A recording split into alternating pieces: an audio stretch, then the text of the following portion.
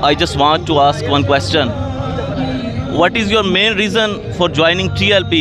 No PTI, no PMLN, no Pakistan People's Party, no MKM. Why? They are hypocrites. Everyone knows about them, and they are the representative of the disbelievers. National assembly में कुछ बैठे liberals ने हमारे नबी सोने के नाम को मिटाने की कोशिश की, and then he stood up. He said, "No, we will not accept that. You have to rewrite the name of our beloved Prophet Muhammad, peace and blessings be upon him." बिस्मिल्लाहिर्रहमानिर्रहीम, अस्सलाम वालेकुम यूटीवी ग्लोबल के नाजरीन, मैं हूं आपका मेज़बान अमानुल्लाह कायम खारी। उम्मीद करता हूं कि आप सब खैर आफियत से होंगे। आज स्पेशल प्रोग्राम किया जा रहा है। जैसे करप्ट और लिबरल लोग कहते हैं कि तहरीक लब्बैक या रसूलल्लाह पाकिस्तान जो है वो मौलवियों की जमात है, या लोग जो है इन्हें जाहिल कह के तनकीद का निशाना बनाते हैं। मेरे एक जानब मास्टर इन इस्लामिक स्टडीज़ इन्होंने की हुई